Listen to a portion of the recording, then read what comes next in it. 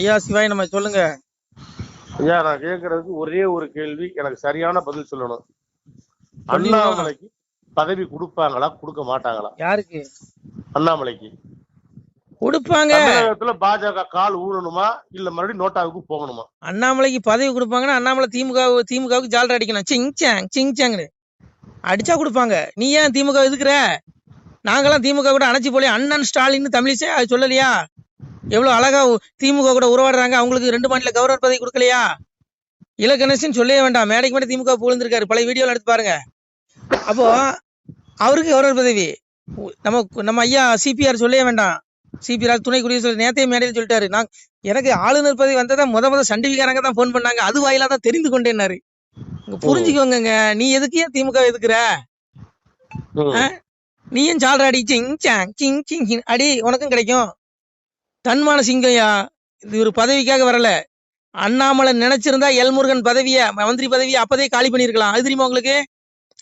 மந்திரி பதவி வேண்டான்னு தூக்கி எரிஞ்சவரு. இந்த காலத்துல இப்படி ஒரு தலைவனாயா, இப்படி ஒரு மனுஷனாயா? இது மனுஷனாவே இருக்க முடியாது. இது அவதாரம் தான் சொல்லணும். ஏன்னா மனுஷ பயிலுக்கு விருப்பு காட்டு உட்பட்டவன் தான். ஆனா இந்த மனுஷன் பாருங்க, இந்த சின்ன வயசு, என்னை விட சின்ன வயசு தான். எனக்கு இன்னைக்கு எனக்கு 39 வயசு ஆகுது. என் வயசு தான் நினைக்கிறேன் அவருக்கு. சின்ன சரி பாத்துக்கோங்க. அப்ப அவருக்கே இவ்வளவு ஞானம். இந்த வயசுல எவனாவது மந்திரி பதவி வேண்டாம்னு சொல்லுவானா ஐயா? அன்னைக்கு கேட்டது என்ன? மந்திரி பதவியை தொடர்றீங்களா? வேண்டாம். அவர் தோத்தமே கூப்பிட்டாங்களா டெல்லிக்கு? எல்முருகனுக்கு விட்டு கொடுத்தாரு. இன்னைக்கு அண்ணாமலை விட்டு கொடுக்கலாம். எல்முருகன் மந்திரியா இருக்க முடியாது. ஆனா இந்த மனுஷனை தோக்கடிக்கிறானுங்க. இந்த மனுஷனை கட்சி விட்டு ஒதுக்குறானுங்க. இந்த கட்சி உருப்படாதியா, வயிறுன்னு சொல்றேன். நீ அண்ணாமலை மீண்டும் தலைவராக்கனா இந்த கட்சி மீண்டும் தமிழ்நாட்டில் காலை ஊணும். இல்ல நீ வருகிற தேர்தல்ல மண்ணை கவுவ. நீ ஏற்கனவே யாருக்கெல்லாம் எம்எல்ஏ சீட்டு கொடுத்து அவனுக்கு தான் நீ மீண்டும் கொடுக்க போற. அவன் எல்லாம் மண்ணை கவுவான். எவனும் ஜெயிக்க மாட்டான். எழுதி வச்சுக்கோ. இங்க பாரு, பிஜேபியில எவனும் தியாகி கிடையாது. உண்மையான தியாகி யாரு தெரியுமா? பிஜேபி இருக்க தொண்டர்கள் மட்டும்தான். அண்ணாமலையும் சேர்த்துதான். அண்ணாமலையும் தன்னை தொண்டன்னு தான் சொல்றாரு.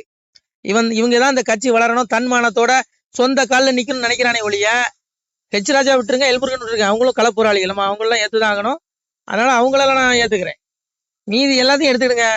எல்லாம் பதவி ஏறி பிடிச்சவனுங்க. நீ திமுக கூட வேணாலும் கூட்டணி வை, எனக்கு எம்எல்ஏ சீட்டை கொடுத்துரு, நான் ஜெயிக்கணும். இதுதான் இவனுடைய கொள்கை. எவன் கூட கூட்டணி மானங்கட்டு தான் இருக்கும். ஐயா இது என்னய்யா? மனுஷனுக்கு வேணா தன்மானம், பதவி கிடையாது. அதனாலதான் மனுஷன் பதவி. நீ ஏடிஎம்கே கூட கூட்டணி வச்சா நான் தலைவர் பதவி ராஜினாமா பண்ணுவேன்னு சொன்னாரு. சொன்னதை செஞ்சாரா? எவனாவது செய்வானாயா? பதவி வெறி பிடிச்சவன் எவனாவது செய்வானா? செய்ய மாட்டான். ஆனா இவருக்கு பதவிங்கிற ஆசையே கிடையாது. ஒண்ணு எழுதி வச்சுக்கோங்க. எல்முருகன் என்னத்தையா சாதிச்சிட்டாரு? எல்முருகன் அப்படியே அந்த மந்திரியானவனே அப்படியே தூக்கி நட்டிடுவாரு, கீழே அப்படியே திமுக பந்தாடிடுவாரு. நாங்க ஒண்ணுங்க எங்க இருக்காருன்னே தெரியல. நீ ஹெச்ராஜாவை கொடுத்துருக்கலாம் அந்த பதவியை, பேராசிரியர் சீனிவாசன் கொடுத்துருக்கலாம். அதனால புரிஞ்சுக்கோங்க. இங்க உண்மையா உழைக்கிறவங்களுக்கு பதவி கொடுக்க மாட்டானுங்க. நீ கத்திட்டே சாகு கடைசி வரைக்கும். தொண்டர்கள் பாருங்க, இவனுங்க எப்படி தெரியுமா? இங்க இருங்க, மேடைக்கு மேடை எலியும் பூனை மாதிரி சண்டை போடுவானுங்க. கீரியும் பாம்பு மாதிரி கொத்திக்கானுங்க மேடையில பேசும்போது. ஆனா மேடை விட்டு கீழே இறங்கினதுமே அண்ணன் ஸ்டாலின் அம்மா சொல்லும். அப்புறம் இவங்கள சொல்லவே வேண்டாம். அப்புறம் ஒண்ணு புரிஞ்சுக்கிடுங்க ஐயா. எந்த கட்சி ஆகட்டுமே, தலைவர்கள் எல்லாமே மேல்மட்டத்தில் இருக்கவன் எல்லாமே பதவி ஆசைப்படிச்சான் திரிவான். இவனுக்கு எந்த கட்சியும் பகைக்க மாட்டான். மேலோட்டமா பேசுவான், ஒட்டிக்குவான். ஆனா தொண்டர்கள் மட்டும் கொம்பு சீவி விடுவான். பிஜேபி தொண்டர்களும் திமுக தொண்டர்களும் அடிச்சுட்டு சாகணும். எப்படி? இவனுடைய திட்டம் தானே. நான் அதை தான் சொல்றேன். நீ சிவனுக்கு தொண்டனாரியா? இந்த பயிலுக்கு மலஞ்சலம் கழிக்கிற மனுஷ பயிலுக்கு பின்னாடி போவாதங்கிறேன். உலகத்துக்கே அப்ப சிவபெருமானி அவனுக்கு தொண்டனாரு. தொண்டர்தம் பெருமையை என்னவும் பெரிதாகுமேனா? சிவனுக்குள்ள நீ தொண்டரானா, நீ அடியாரானா, நீ மோட்ச வீடு அடையலாம். இந்த விடுதலை, இந்த பிறப்புங்கிற துன்பத்திலிருந்து விடுபட்டு மோட்சம் கிடைக்கும். அதை விட்டுட்டு இங்க பாருங்க, இங்க எவனுமே பரமாத்மா கிடையாது, எவனும் தியாகி கிடையாது. நீங்க சொல்ற மாதிரி இவங்க மத்தியில வாழ்றதுக்கு போய் சேர்றதே மேல். அதனால ஒண்ணு புரிஞ்சுக்கிடுங்க ஐயா, இந்த காலம் மோசமான காலம். இது இப்படிதான் இருக்கும். எவனையும் தண்டிக்க முடியாது. நீ பாருங்க, 15 ஆண்டுகள் ஆச்சு மோடி ஆட்சிக்கு வந்து என்னத்தை பண்ணிட்டாரு? எல்லா தொண்டர்களும் என்ன நினைச்சான்? ஐயோ இவர் வந்த உடனே அப்படியே திமுக பந்தாடிடுவாரு, அப்படியே தாண்டம் ஆடிடுவாருன்னா என்னாச்சு? ஆராசா பேசாத பேச்சா மோடிய, கனிமொழி பேசாத பேச்சா? அப்படி அவங்க பேசும்பொழுது பாஜக தொண்டர்களின் ரத்தம் கொதிக்குது. ஆனா பெரிய பெரிய தலைவர் பதவி வாங்கி வச்சிருக்கான் பாருங்க. இவன் எவனாவது திருப்பி பேசவானா? பேச மாட்டான். அதனால ஐயா ஒண்ணு புரிஞ்சுக்கோங்க ஐயா. இங்க பாருங்க, இங்க எல்லாம் பதவிக்காக தான் இருக்கான். கமலாலயத்துல குரூப் பாருங்க, அவன் எந்திரிச்சு போகும்போது சேர் உட்காந்துக்கு நாற்காலியும் பின்னாடி ஒட்டிட்டு போவோம். எல்லாம் பவிக்கால் போட்டு ஒட்டி வச்சிருக்கான். அவன் பதவி காப்பாத்திக்கணும், நல்லா இருக்கணும், அவ்வளவுதான். எவனுக்குமே இந்த கட்சி வழக்குன்னு என்ன இல்லை. அண்ணாமலையோ அண்ணாமலை பாஜக தொண்டர்கள் 1-2 பேர் இருக்காங்க. இவங்களை தவிர எவனுக்குமே அந்த எண்ணம் இல்லைங்க. அதனால இங்க பாருங்க, சாமி வர வேண்டிய காலம் நெருங்கிருச்சு. அண்ணாமலை வந்து நான் சொல்ற மாதிரி அண்ணாமலை ஒருவேளை பரமாத்மாவுடைய அவதாரமா இருக்கலாம். எங்க ஐயா யோகி அவதாரம். ஒருவேளை ஒரு தூதனா கூட இருக்கலாம். ஏன்னா அந்த கலியுகம் அழிஞ்சு தர்மயுகம் வரக்கூடிய நாள் நெருங்கிட்டு. ஏன்னா கலியுகம் அழியும் போது இது போல சம்பவம் சம்பவிக்கிறாரு. ஆட்சியாளர்கள் ஊழல் பண்ணுவான். சாமி தான் சொன்னாரு, பாசாங்கு மந்திரியும் பாவிகளாய் கூசாமல். சாமி சொல்றாரு, நாடு தண்ணியில் ராஜாக்கள் பாவிகளாய் வந்து பாசாங்கு மந்திரியும் பாவிகளாய் கூசாமல் பெண்ணாலும் பொன்னாலும் மண்ணாலும் பேசி நிலக்கரையில் நித்த முடிவார்னா. முன்னோர்கள் உண்டு பண்ணி வைத்த சிவ உட்பொருளை தேடாது கண்டதெல்லாம் தெய்வமான கை எடுப்பாருன்னா சாமி சொன்னான். ஆட்சியாளர்கள் ஒழுக்கம் இல்லாம போயிருவான். மேடைக்கு மேடை மந்திரி பாசாங்கு பண்ணுவான். உங்களுக்கு நாங்க அதை செஞ்சிருவோம் இதை செஞ்சிருவோம் பொய் புரட்டு பேசுவான்னா. எம்பெருமான் சொன்னது நடக்கா இல்லையா? கலியுகம் அழிஞ்சு போகுது. அழியுற நாள் இதெல்லாம் நடக்குது. அண்ணாமலை என்ன பிரதம மந்திரியா இல்ல உள்துறை அமைச்சர் அவங்க மீது நடவடிக்கை எடுக்கிறதுக்கு? அவரு என்ன பாவம், ஒரு அறிக்கை தான் விட முடியும். அதனால அங்க புரிஞ்சுக்கோங்க, பாரு தர்மயுகம் வரப்போகுது. எங்க அப்பன் பரம்பொருள் எந்த ரூபத்துல வேணாலும் இந்த பூமியில அவதரிச்சிருப்பான். நான் சொல்லல, இறைவனை எம்பெருமானை சொல்றான். மாயனோ அன்னைக்கு கலியனுக்கு சாமி சொன்ன புத்தி, மாயனோ உபாயத்தாலே மனுவது போலே ஆகி ஆயனர் குலமும் தோன்றி அவனியில் இருப்பான் கண்டீர். மாயத்தை அறியா நீயும் ஆளவே போக வேண்டாம், நியாயமாய் உரைத்தேன் ஐயா நம்முட அரசு கேட்கும். அன்னைக்கு எம்பெருமான் இறைவன் ஒரு சொரூபம் எடுத்து மனு சொரூபம் எடுத்து கலியனுக்கு புத்தி சொல்றான். கலினீச மன்னனுக்கு இன்னைக்கு இருக்க அரசாங்கம் அந்த மந்திரி இருக்கா பாருங்க, இவங்களுக்கு அண்ணாமலை புத்தி சொல்றான். இந்த அண்ணாமலை புத்தி சொன்ன மாதிரி எனக்கு எங்க அப்பன் பரம்பொருள் கலியனுக்கு, இந்த கலியுகம் துரியனுடைய கடைசி ஆத்மா 7வது பிரிவு கலியனாக பிறந்தா அவனுடைய அரசாங்கம் தான் பூமி ஃபுல்லா நடந்துட்டு இருக்கு. அப்ப கலியனாக அவன் ஆளும்போது அவனுக்கு புத்தி சொல்றான் எங்க அப்பன் பரம்பொருள். டேய் மாயனாக இறைவன் மனுஸ்வரூபம் மனிதனுடைய ரூபத்தில் எங்கு வேண்டாமானாலும் இருந்து இந்த யுகம் ஜோதிக்க இறைவன் வந்திருப்பான். அவனுடைய மாயத்தை அறியாத நீ மாண்டு நரகத்துல போய் விழுந்து செத்துறாதான்னு உனக்கு புத்தி சொல்றான் சாமி. அவன் கேட்டானா? கேட்கல. அப்போ அது போலதான் இன்னைக்கு அண்ணாமலை இந்த ஃபைல்னு வெளியிட்டு இந்த மந்திரிகளுக்கு புத்தி சொல்றாரு. டே இதெல்லாம் பாவண்டா, ஆத்ம வாழ்வுதாண்டா நிரந்தரம். இந்த பாவ முட்டை கொண்டு போய் நரகத்துல ஆத்மாவை வீழ்ச்சி அடிச்சிடாங்க, நாசமா போயிடாதீங்க, 84 லட்சம் பிறவி கொடுத்து உங்களை கொண்டு எம்பெருமான் கொள்ளுவான்னு சொல்றான். கேட்க மாட்டான். அதனால விட்டுருங்க ஐயா. அண்ணாமலை வந்து இறைவனுடைய தூதனா கூட இருக்கலாம். ஏன்னா நான் சொல்லல, கல்வி கடவுள் சரஸ்வதி அந்த தாய் வந்து தாளாற்றா. கலியுகத்துல இறைவன் எப்படி வருவானா? சாமி தாய் தாளாற்றா பாருங்க.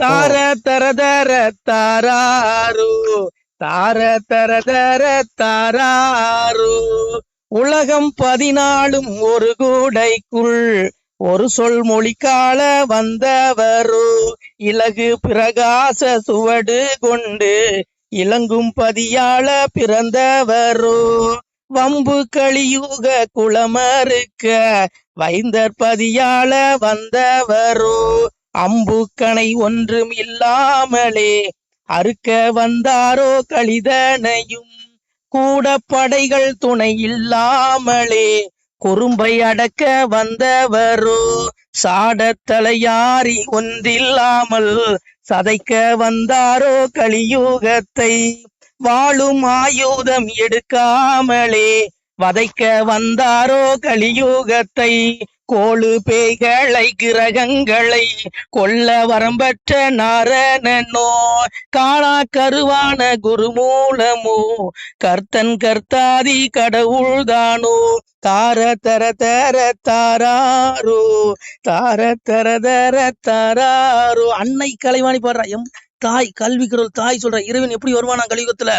ஒரு 14 உலகத்தையும் ஒரு குடைக்கு கீழால எம்பெருமான் வருவான். ஒரு சொல் மொழிக்கால இலகு பிரகாச சுவடு கொண்டு, அதாவது எதா தித்ய கதம் தேஜோ ஜகத் பாசி தேசிகளும் சந்திரமசி எச்சாக்கனோ தத் தேஜோதி மாமாங்கிற, அதாவது இறைவன் எப்ப எத்தன்மையானவனா ஒரே நேரத்தில் 1000 சூரியன் உதித்தால் எவ்வளவு வெளிச்சம் கிடைக்குமோ அவ்வளவு அதையும் விட அதிகமான ஒளி பொருந்தியவனா. ஒரு சூரியனுக்கு எவ்வளவு வெளிச்சம்னா இந்த ஒரு சூரியன் நம்ம கண்ணில் பார்க்க முடியாதா? முடியாது. அப்ப 1000 சூரியனை விட அதிகமான ஒளி உடையவனா. அப்பேற்பட்ட இறைவன் எங்க அப்பன் பரம்பொருள் எங்க அப்பா இந்த உலகத்துல எப்படி வருவானா? இலகு பிரகாச சுவடு கொண்டு வருவானா. இந்த கலியுகத்தை இருக்க வம்பு கலிக குளம் இருக்க வருவானா. அம்புக்கணை ஒன்னும் எடுத்துட்டு வர மாட்டான். ஏன்னா இவனு புழுப்பூச்சி, இவனுல கொள்றதுக்கு இந்த நீச குளம், இந்த படுபாவிகள், இந்த மாதிரி ஊழல் பண்ற பாருங்க, இந்த பெருச்சாளிகள், இந்த ரவுடிப்பைய, இந்த காட்டு மிராண்டிகள், இவனுகள் எல்லாம் அழிக்கிறதுக்கு எங்க அப்பன் சொல்ற பாருங்க அம்புக்கணை. எங்க அம்மா சொல்ற அம்புக்கணை ஒன்னையும் கொண்டு வர மாட்டான். ஏன்னா இவன் புழுப்பூச்சி, இவனை நசுக்கிறதுக்கு எதுக்கடா அம்புக்கணைங்கிறா.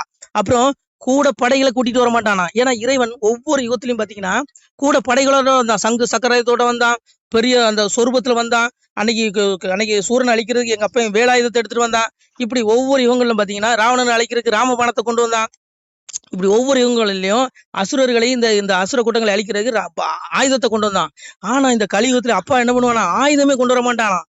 அதான் சொல்றாம இருக்க, வாழும் ஆயுதம் எடுக்காமலே வதைக்க வந்தாரு கலியுகத்தை. அப்போ எந்த இதுவே கொண்டு வர தனி மரமா சிங்கிளா ஒரு சாதாரண மனுஷனை போல வருவானா. அப்பா கலைவாணி சொல்றா தாய் சரஸ்வதி.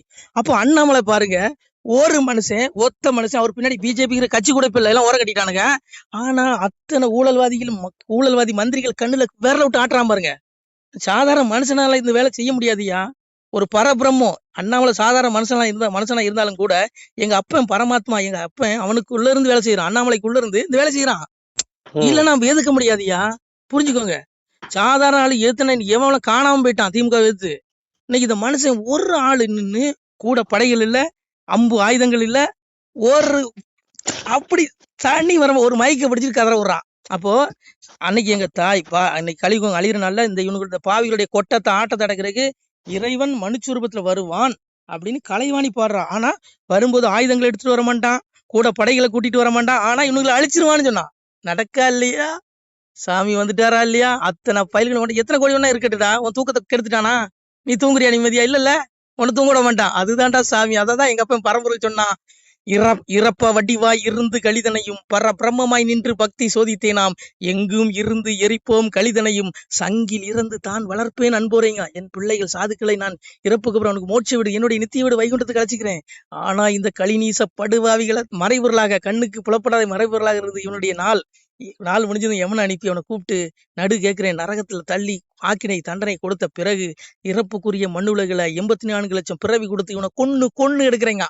இவனுங்களா இன்னும் 1000 கோடி 50,000 கோடி வச்சுட்டு போடா, எவ்வளவு நாள்டா உனக்கு? 100 வருஷம் வாழ்ந்துருவா, அவ்வளவுதான். அப்பா கூடுவான், அழைப்பு வரும் அங்க இருந்து. புரியுதா உங்களுக்கு? அதனால பாருங்க, அப்பா அப்படி இல்லது ஒரு பயிலும் தப்ப முடியாது. தேடிக்க அப்பாவ, தேடுனா உனக்கு முக்தி. அதனால அங்க பாருங்க, அந்த கலியுகம் இப்படிதான் அழியும். நான் சொல்லல, அப்பா சொல்றான் பாருங்க, அண்ட பகீரண்டம் வெள்ள ஒரு ஆயுதம் வந்திருக்குதடா, அண்ட பகீரண்டம் வெள்ள ஆயுதம் வெடித்ததுண்டால் துண்டு துண்டாய் போய் விடுவீர், துணை உண்டோ உங்களுக்கு? குலத்தை கெடுக்கின்ற கோடாரி காம்பது போல் உங்களுடைய பாவம் உங்களுக்கு சத்துருவாய் இருக்குதடா. குளத்தை கெடுக்கின்ற கோடாரி காம்பது போல் உங்களுடைய பாவம் உங்களுக்கு சத்துருவாய். நான் செஞ்ச பாவம், நீங்க செஞ்ச பாவம். நம்ம இத்தனைக்கு 7 யுகம் 4 யுகம் தான் கணக்கு இருக்கு. கிரேதா திரேதா தோபர்களி 7 யுகம் கணக்குல அந்த யுகம் எத்தனை லட்சம் ஆண்டு இருந்ததுன்னு தெரியல. அத்தனை லட்சம் ஆண்டுகள் நம்ம பிறந்திருக்கோம், பிறந்து செத்துருக்கோம். அந்த யுகங்களில் நம்ம முக்தி அடையல. அதனால அந்த யுகங்களில் பிறந்த கர்மவினை அனுபவிப்பதற்காக இன்னைக்கு அணு ஆயுதம் கண்டுபிடிச்சு வச்சிருக்கான் பாருங்க. அண்டபகி 2 வெள்ள ஆயுதம் வெடித்ததுண்டால் துண்டு துண்டாய் போயிடுங்க. அன்னைக்கு அணு ஆயுதம் ரஷ்யா பண்றான், அமெரிக்கா பண்ண போறான். இது எல்லாம் யாரு? இந்த ஆயுதம் அப்பா நீ செஞ்ச பாவடா. இப்படி நீ மரணித்தால் நீ செய்த பாவங்கிறான். குளத்தை கெடுக்கின்ற கோடாரி காம்பது போல் உங்களுடைய பாவம் உங்களுக்கு சத்துருவா இருக்குதான். துண்டு துண்டா போவீங்க, நீ துண்டு துண்டா போயிருவீங்க. நடக்க இல்லையா? அதான் சொன்னான், கண்ணுக்குள் மணியையான காரண குருவேனியான விண்ணுக்குள் எவர்க்கும் யான வெளிச்சுடர் ஆனமூர்த்தி ஒண்ணுக்குள் ஒன்றாகி உலகம் ஈரல் அனைத்தும் காக்கும் அணுவுக்கும் கடந்த ஜோதி அறிவுளும் அறியாதேங்கிறான். இந்த உலகத்தை அளிக்கிற அணு ஆயுதமும் அவன் தான், சிவபெருமான் தான், எங்க அப்பன் தான். அதனால அங்க பாருங்க, உடல் அழிஞ்சிரும், எவனாலையும் காப்பாற்ற முடியாது இந்த உடலை. ஆனா ஆத்மா உலகமே அழிஞ்சாலும் அழியாது. எந்த அணு ஆயுதத்தாலும் ஆத்மா அழிக்க முடியாது. அந்த ஆத்மா அப்பாவுடைய வீட்டுக்கு போன மோட்சத்தை தேடிக்கிங்க. இல்லைன்னா 84 லட்சம் பிறவி புழு விலங்கு பறன்னு எடுத்து சாவுவீங்க. நான் சொல்ல, அப்பா சொல்றான். நமசிவாய. திருச்சிட்டம்பலம். சிவாய நம. திருச்சிட்டம்பலம், தில்லையம்பலம், பொன்னம்பலம். சிவாய நம. உறவுகளே, சிவ அன்பர்களே, தற்போது தாங்கள் இந்த வீடியோவில் பார்க்கக்கூடிய இடத்துல ஒரு சிவாலய திருப்பணி ஒன்று நடந்து கொண்டிருக்கிறது. இந்த இடத்துல பார்த்தீங்கன்னா, முன்பு ஒரு காலத்தில் ஒரு சிவாலயம் இருந்திருக்குது. அதாவது இந்த ஏரியா இப்போ ஒரு தென்னை மரங்கள் பனை மரங்கள் சூழ்ந்த காடாக இருக்கிறது. முன்பொரு காலத்தில் இங்கே ஒரு ஊர் இருந்ததாக சொல்கிறாங்க. ஆனால் இப்போது சுற்று வட்டாரத்தில் 5 கிலோமீட்டர் சுற்றுலாவில் ஊரே கிடையாது, காடு. இப்போ இந்த இடத்துல ஒரு சிவாலயம் அமையிருக்கிறது. இந்த சிவாலயத்தில் இருந்த அந்த சாமியுடைய திருமணியை எடுத்து வச்சிட்டோம். திருப்பணி முடிஞ்சதுக்கப்புறம் பிரதிஷ்டை பண்ண இருக்கிற உறவுகளே, தற்போது இந்த வீடியோ பார்க்கக்கூடிய உறவுகள் தங்களால் முடிந்தால் ஒரு சின்ன உதவி செஞ்சு கொடுங்க. எங்கள் இடத்துல பொருளாதாரம் இல்லை. அதனால் பார்த்திங்கன்னா அந்த வேலையெல்லாம் அப்படியே நின்று போச்சு. பாருங்கள், இந்த அப்படியே பாதியிலே நிற்கிது இந்த சிவாலய திருப்பணி. பக்த கோடிகள், அன்பு உள்ளங்கள், தயவுசெய்து நீங்கள் உதவி செய்ய விருப்பமுள்ள உறவுகள் உதவுங்க. உங்களுக்கு கோடி புண்ணியம் கிடைக்கும். இந்த சாமியோடைய அருள் அனுகிரகம் உங்களுக்கு கண்டிப்பாக கிடைக்கும். இது ஒரு புகழ்பெற்ற சிவாலயம்னு கூட சொல்லலாம். சாமியோட திருமணியை எடுத்து வச்சிட்டோம். இந்த இடத்துல பார்த்தீங்கன்னா ஒரு வாசி தண்டம் இருக்குது. அந்த காலத்தில் ஒரு முனிவர் யாரோ தவம் செஞ்சுருக்காங்க. அவங்களுடைய வாசி தண்டம் அவர் திருக்கரங்களால் எழுதின ஓலைச்சுவடி கூட இன்றும் இருக்குது, இன்னும் பாதுகாக்கப்பட்டு வருது. அது கோயில் திருப்பணி முடிஞ்சதுமே அதையும் நாங்கள் அந்த வழிபாட்டுக்கு வச்சுடுவோம். இந்த சிவாலய திருப்பணி வந்து சாமி திருநாமம் வந்து முக்தீஸ்வரர் அப்படிங்கிற திருநாமத்தில் வழங்குறாரு. நெல்லை மாவட்டம் நாங்குநேரி தாலுகாவில் இந்த சிவாலயம் அமைய இருக்கிறது. உறவுகளே, இந்த வீடியோ பார்க்கக்கூடியவங்க ஒரு 2 பேருக்காவது கொஞ்சம் ஷேர் பண்ணுங்கள். இந்த வீடியோ பார்க்கக்கூடிய யாராவது ஒரு சின்ன உதவி செஞ்சால் இந்த ஆலய திருப்பணி வந்து கண்டிப்பாக நாங்கள் வெற்றிகரமாக முடிச்சுடுவோம். பாருங்கள், அந்த வேலை எல்லாமே அப்படியே நிற்கிது. கல்லெல்லாம் இறக்கி போட்டிருக்கோம். இன்னும் நிறைய கற்கள் தேவைப்படுது. சுவாமியோடைய அந்த திருக்கோபுரம் பார்த்திங்கன்னா லிங்க வடிவிலே அமைக்க இருக்கிறோம். உதவுங்கள் உறவுகளே. உங்களுக்கு அப்பா சிவபெருமானுடைய அருள் நிச்சயம் கிடைக்கும். எம்பெருமான் சொல்வான், வாழுவீர் தாழ்வில்லாமல் மக்களும் கிளைகள் கொஞ்சி நாளுமே மகிழ்ச்சியை கூர்ந்து நலமுடன் வாழும்போது நீளுமே எனது செங்கோல் நீதியும் நெறிபோல் வந்து ஆளுமே உங்கள் தன்னை அன்புடன் அலையாவண்ணம். உங்களை எம்பெருமானுடைய அப்பாவுடைய திருவாசகத்தாலேயே வாழ்த்துறோம் உறவுகளே. ஆணுடன் பெண்ணும் பெற்று அதிகமாய் செல்வமாகி தானுடன் நினைவுமுற்று தர்மமும் நெறியும் கற்று வேணும் நீள் காலமெல்லாம் வெள்ளியர் உடனே வாழ்ந்து போனுதல் கமலநாதன் பொற்பதம் பெற்று வாழ்வீர். அந்த ஈசனுடைய பொற்பதம் நிச்சயம் கிடைக்கும். உங்களுக்கு இகத்திலும் சுகம், பரத்திலும் சுகம். உங்களுடைய கர்ம வினைகள் மன்னிக்கப்பட்டு உங்களுக்கு நிச்சயம் மோட்ச வீடு கிடைக்கும். இகத்தில் பூரண ஆயுளுடன் நோய் நொடி இல்லாமல் வாழ்ந்து நீங்கள் பரவாழ்வும் பெறுவீர்கள் உறவுகளே. மக்களே, நீங்கள் எல்லாம் வாழ்பொன்னம் பதியிற் சென்று முக்கியமான யுகநில மதிலே தன்னால் கக்கிய பொன்கள் ஸ்வர்ணம் கைமணம் குளிர அன்னம் பொக்கிஷம் நிறைய வைத்து புகழ உண்டு இனிதாய் வாழ்வீர். இந்த இகவாழ்வும் பரவாழ்வும் உங்களுக்கு சுகப்பட அப்பன் ஈசனர்களால் வாழ்த்துகிறோம். இந்த திருப்பணிக்கு உதவி செய்ய ஒரு ஜிபே எண் சொல்கிறோம். இந்த எண்ணில் நீங்கள் உதவலாம். நீங்கள் இந்த எண்ணிலே நீங்கள் தொடர்பு கொள்ளலாம். ஜிபே, ஃபோன்பே, வாட்ஸ்அப் எல்லாம் இந்த நம்பர் தான். 93 85 44 31 06 93 85 44 31 06. இந்த எண்ணில் நீங்கள் உதவலாம், தொடர்பும் கொள்ளலாம். வாட்ஸ்அப்பு இந்த எண்ணு தான், ஜிபே இந்த எண்ணு தான் உறவுகளே. முடிந்த அளவுக்கு 2 பேருக்காக ஷேர் பண்ணுங்கள். இந்த வீடியோ பார்க்கக்கூடிய யாராவது ஒருத்தர் சின்ன உதவி, நீங்கள் வந்து பெரிய அளவில் செய்யணும் கூட, நீங்கள் ₹1 நீங்கள் தந்தாலும் மனசார வேண்டி ஏற்றுக்கிறோம் உறவுகளே. உதவுங்கள். முடிஞ்ச அளவுக்கு ஷேர் பண்ணுங்கள். நன்றி. சிவாய நம. திருச்சிட்டம்பலம், தில்லையம்பலம், பொன்னம்பலம். உறவுகளே, நம்ம இந்த இடத்துல வாழ்ந்து மறைந்த ஒரு சித்த மகாபுருஷர் பயன்படுத்திய பல 100 ஆண்டுகளுக்கு முன்பு உள்ள வாசி தண்டம் ஒரு சித்த மகாபுருஷர் பயன்படுத்தியது. அவர் திருக்கரங்களால் எழுதிய அந்த ஓலைச்சுவடி கூட பாருங்கள், இன்னும் பாதுகாக்கப்பட்டு வருது. இந்த சிவாலயம், நம்முடைய இந்த சிவாலய திருப்பணி முடிந்ததுமே எம்பெருமான் அவர் எழுதிய அந்த சிவனை பற்றி புகழ்ந்து எழுதிய அந்த பாடல் வரிகள் இதில் இருக்குது. இந்த வாசி தண்டம் அவர் பிரதிஷ்டை செய்த அந்த லிங்க திருமேனியையும் இந்த இடத்துல நாம் இந்த ஆலயம் கட்டி நாம் பிரதிஷ்டை செய்திருக்கிறோம். அனைவரும் இந்த ஆலய பிரதிஷ்டைக்கு கண்டிப்பாக வரணும். முடிஞ்ச அளவுக்கு இந்த வீடியோ பார்க்குறவங்க உதவி பண்ணுங்கள் உறவுகளை. பொருளாதாரம் இல்லாமல் திருப்பணி நின்று போச்சு. முடிஞ்ச அளவுக்கு ஷேர் பண்ணுங்கள், உதவுங்க. நன்றி. நம சிவாய. திருச்சிட்டம்பலம், தில்லையம்பலம், பொன்னம்பலம். இந்த புண்ணியபலம் தங்களுக்கு கோடான கோடியாக வரும் உறவுகளை. நம சிவாய்.